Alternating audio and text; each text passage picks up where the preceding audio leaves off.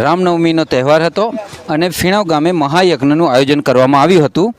હાલમાં સાંપ્રત ન્યૂઝ પાસે ફીણાવના જે યજમાનો હતા, જે મહાયજ્ઞમાં બેઠેલા, આપણે તેમની સાથે સીધો સંવાદ કરીશું કે આજે મહાયજ્ઞમાં બેઠા તો તેમનો કેવો અનુભવ રહ્યો અને શું તેઓએ ભગવાન પાસે પ્રાર્થના કરી છે.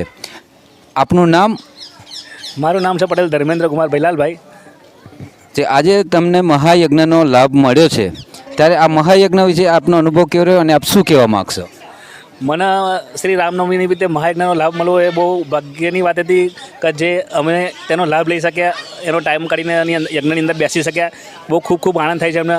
અને અમે ભગવાન પાસે પ્રાર્થના પણ કરી કે ભાઈ ગામ આખું સમૃદ્ધ થાય, સુખી થાય અને સંપન્ન થાય એવી આશા રાખી ભગવાનને પ્રાર્થના કરી અને યજ્ઞની અંદર બહુ મજા આવી, ખૂબ મજા આવી. આપણી સાથે બીજું એક કપલ છે જેમનું આપણે નામ જાણવાનો પ્રયાસ કરીશું અને તેમનો મહાયજ્ઞનો આજનો અનુભવ શું છે તે જાણવાની કોશિશ કરીશું. મારું નામ મનોજ પટેલ છે. આજે યજ્ઞમાં બેસીને ખૂબ આનંદ થયો. એ બને ભગવાનનું નામ લીધું અને દર વર્ષ અમે આ યજ્ઞમાં બેસીએ છીએ. આવતા વર્ષ બી અમે બેસવા ઈચ્છીશું.